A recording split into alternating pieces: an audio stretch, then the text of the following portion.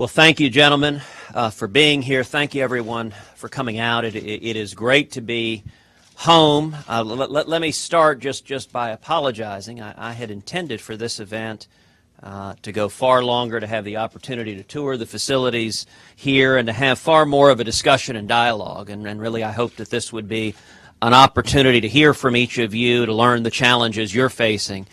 I unfortunately ended up sitting on an airplane on a tarmac for about 3 hours today, and so I was supposed to be here earlier, but was not. But I'll tell you now, it is my intention to come back and to do what we had planned to do earlier in the day, have the opportunity to tour the facilities and to visit with each of you and have that dialogue, because that's a very important part of what the objective was today. I'm thrilled to be here.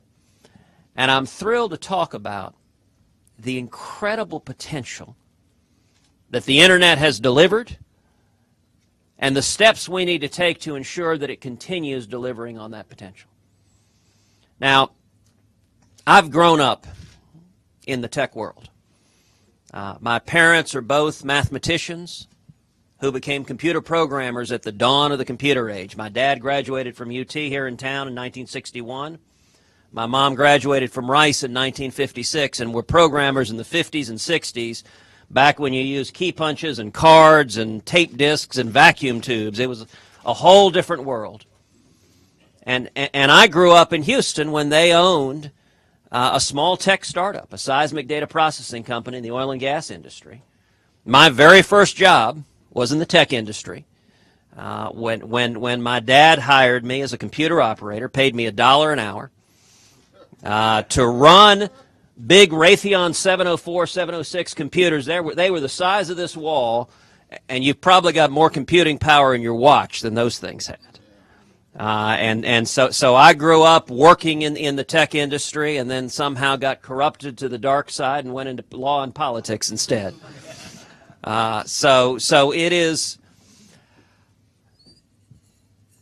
the innovation that has come from technology and the Internet has been incredible. You know, in the early 2000s, I chaired the Internet Task Force at the Federal Trade Commission. In fact, one of the folks here was the CEO of 1-800-CONTACTS, because we looked at 10 different industries, and we looked at barriers to e-commerce in 10 different industries, barriers that have been put in place by government regulators, by state legislatures, by federal legislatures, meant to keep out new entrants from the market. You know, the Internet has been transformational. It's been transformational, number one, in terms of speech. You know, it used to be the case, if you had a point of view, it was hard to get it out. Now pretty much anyone can sit down, write a blog, project it to the world. You know, you think about how bloggers caused Dan Rather to topple, because bloggers in their pajamas fact-checked what he said on TV. That's a brave new world. That would have been 20 years ago, that would have been unthinkable. That each person here has a microphone and a megaphone that's transformational. That freedom of speech is powerful. You look at empowerment, the ability of citizens to organize, to energize, to mobilize. Listen, an incredible example of that, frankly, is the 2008 Obama campaign. It's a phenomenal example of using social media and Internet tools to empower people to fight for political change. That sort of transformational organizational tools online 2 decades ago would have been unimaginable. And then there are the entrepreneurial opportunities. You know, we're in a fantastic incubator that realizes every person in this country, if he or she has the desire, can be an entrepreneur, can be a small business owner. Now, it used to be, if you wanted to start a small business, it wasn't easy. You had to have some money, you had to have some capital, you had to have a physical location. If you were producing a good, you had to have production facilities, you had to have a wholesaler, you had to have distribution. If you're a single mom trying to feed your kids, that's not easy to get the capital to start a small business in the world we had 2 decades ago.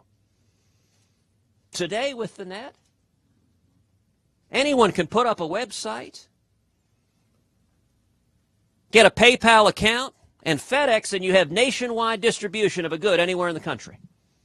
I mean, what an incredible, transformational, innovative shift that has empowered people. And it's all been driven by freedom. You know, in Texas, we're fond of saying, don't mess with Texas. The simple message that I want to convey today that we should remember, that members of Congress should remember, that policymakers should remember, is don't mess with the internet. The freedom that has enabled this to develop, the worst thing that could happen is letting a whole bunch of politicians come in and regulate every aspect of what you're doing. The reason the internet has had the dynamism, the opportunity, the freedom, the diversity is because it hadn't been plagued by excessive regulation. Now, I want to talk about 4 specific applications of those principles. Don't mess with the internet. Number 1, no internet sales tax. Listen, right now in Congress, there's a real possibility that Congress is going to move during the lame duck session to try to impose a massive internet sales tax nationwide, to take small and mom and pop retailers who are trying to sell online and subject them to over 9,600 taxing jurisdictions. So let's say you formed a company and you want to make retro lava lamps. Under this legislation, if you're selling retro lava lamps all over the country, you're required to know and collect sales taxes in every state in the union that has a sales tax, every county that has a sales tax, every city that has a sales tax, every school board that has a sales tax. And if the Albany School Board changes its sales tax from 3.25% to 3.5%, you better know that. Now let's go back to the scenario of a single mom trying to start a business. How on earth do you do that? Other than you hire some lawyers, you hire some accountants, or you outsource it. You could hire another big company to do it. Now, why does the internet sales tax have so much force in Washington? It's almost a perfect storm of Washington lobbyists. You have on one side all the brick and mortar retailers, the big box stores, the major retailers, and they very much want to impose those taxes on competition. But you got a second component that people don't realize. The existing law says if you got a physical presence in a state, then you have to collect those sales taxes. So if you're selling here in Texas your lava lamps, you got to collect the Texas sales tax. If you look at the top 20 biggest online retailers, all the big boys, 19 of them are already collecting sales tax in every state that has sales tax because they have physical presences in those states. When you get to be a big boy, big enough to have that physical presence, you're collecting the sales tax in those states. So what's happening for the online sales tax is real simple. The brick and mortar retailers and the big internet retailers are joined together. And they've said it would be a great idea if we slam new taxes on all these little guys. Look, that is a terrible idea. This tax is projected to raise upwards of $380 billion over 10 years. It's not the job of politicians in Washington to side with giant corporations over small startups that are producing innovation and competing in the world. And the key to stopping it, frankly, are the people speaking out. And I'll tell you, in the U.S. Senate earlier this year, we passed the internet sales tax. I spoke out loudly against it. But you saw a large majority of senators, sadly both Democrats and Republicans. I was sorry to see members of my own party participate in that. And yet what happened is there was enough public outcry, enough people said, don't put taxes, sales taxes on the internet, don't strangle mom and pop startup retailers online, that the House of Representatives said they wouldn't take it up. Now, I was very glad to see the Speaker of the House, John Boehner, say last week that he doesn't intend to take up the internet sales tax. And I think it is important for us to continue to speak out to make sure we hold leadership to that commitment and stop the federal government from imposing massive new sales taxes online. A second principle that goes to freedom is we need to preserve ICON and stop foreign governments from having the ability to control and censor the internet. Right now, basic internet operations are governed by a California-based nonprofit ICON, which ensures open access to registering domain names without censorship coming from a governmental entity.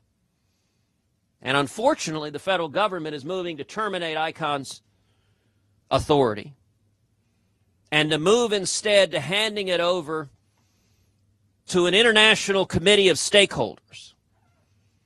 And listen, here in the United States, we have been blessed to enjoy freedom, to embrace principles such as the First Amendment, such as freedom of speech. But we shouldn't be so naive as to think that every other country on earth shares those values. And it would be a tragic mistake if we hand over the ability to muzzle speakers, to censor speech, to an international tribunal under the influence or potentially in the future even control of countries like Russia, like Iran, like China. We need to keep the internet free, and that means preventing governments from getting in the middle of it. That's the second principle. A third principle is stopping the federal government from regulating excessively commerce online. And on this, I want to talk about net neutrality. Now, I recognize not everyone in this room is on the same page on net neutrality. But let's talk about it a little bit. The president last week came out for the FCC treating the internet as a public utility and regulating it under Title II of the Telecom Act. Now, that is a dramatic and far-reaching policy pronouncement. If the FCC were to do so, mark my words, everyone who is interested in innovation, who is interested in freedom online, I believe would come to regret that decision. If you look nationally, when you think of regulated monopolies, regulated public utilities, what are the adjectives that come to mind? They are not bold, innovative, fair. Let's give a simple contrast. The Telecommunications Act of 1934 was adopted to regulate these.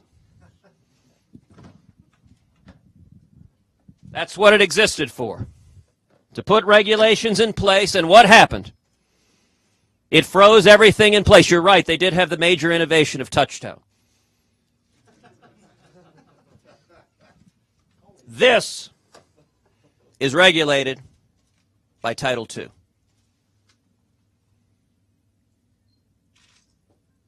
This is not. Your smartphone, the internet, the apps, all of this is outside of Title II. The innovation is happening without having to go to government regulators and say, "Mother, may I?" We want a whole lot more of this and a whole lot less of this. For one thing, you ever tried to put one of these in your pocket? It just doesn't work. Look, think about Contrast the U.S. Postal Service to Facebook and Twitter. Which has more innovation? Which has more change? Which empowers people more? Which has more freedom? Contrast taxi commissions in every city to Uber and Lyft. Just cities all over the country have taxi commissions. Name one taxi commission that has introduced any significant consumer improvements in decades. What happens when government starts regulating a service as a public utility? It calcifies everything. It freezes it in place. Each of you who are starting businesses here, the worst thing you want is for 5 unelected bureaucrats in Washington to take charge of regulating the internet as a public utility. Now, you're told on the flip side, well, you don't want big, nasty corporations shutting off access to the internet. That's absolutely right. We don't want that. But let's be clear, this whole net neutrality fight is a fight between big boys. It's a fight between gigantic corporations on one hand, gigantic corporations on the other hand, lobbyists fighting back and forth. Forgive me if I do not weep for Fortune 50 companies who are complaining that other Fortune 50 companies are really mean to me. The government shouldn't be picking winners and losers between them. The government shouldn't be deciding, I like these lobbyists, but not these lobbyists. Oh, wait, you're having another event? Oh, now I like these lobbyists. It's a fight between big boys where government is picking winners and losers, and I promise you, if we go down this step, it won't stop there. It won't stop there. If the government seizes the authority, how do you think it worked out for the phone? We want competition and innovation, and in the delivery, we're seeing more and more competition grow in the provision of internet services, and we want to keep the federal government out of it. To preserve the innovation that exists on the internet. Federal government power only moves one direction. It only grows. And so listen, there are a lot of folks in the tech world who legitimately believe, gosh, I need to be protected against giant companies. And listen, I'm as frustrated with I've got a cable company. I'm frustrated with them. Anyone who hadn't yelled at an airline has never flown. If I'm ever arrested, that's probably will be the context of it. But it's not a good thing when the federal government comes in and begins regulating pricing in terms of service. And by the way, if anyone thinks the federal government coming in regulating will somehow help the little guy, I got a bridge to sell you in Amarillo. Whenever the federal government comes in and they put regulations, I promise the regulations over and over and over again will favor the big guys that have armies of lobbyists in there, and will end up putting more burdens on the startups and the entrepreneurs. Why do you think we're seeing the internet sales tax? Because all the mom and pops don't have armies of lobbyists. So Washington listens to the big guys and tries to put barriers in place to new entrants. If the FCC turns the internet into a public utility, the very same thing will happen. The federal government will listen to the giant companies at the expense of all the startups. And let's be clear, look, I don't have anything against big guys. If you're big because you made a better mousetrap, fantastic. As long as you keep selling a better mousetrap, fantastic. And the day you stop is the day you go under.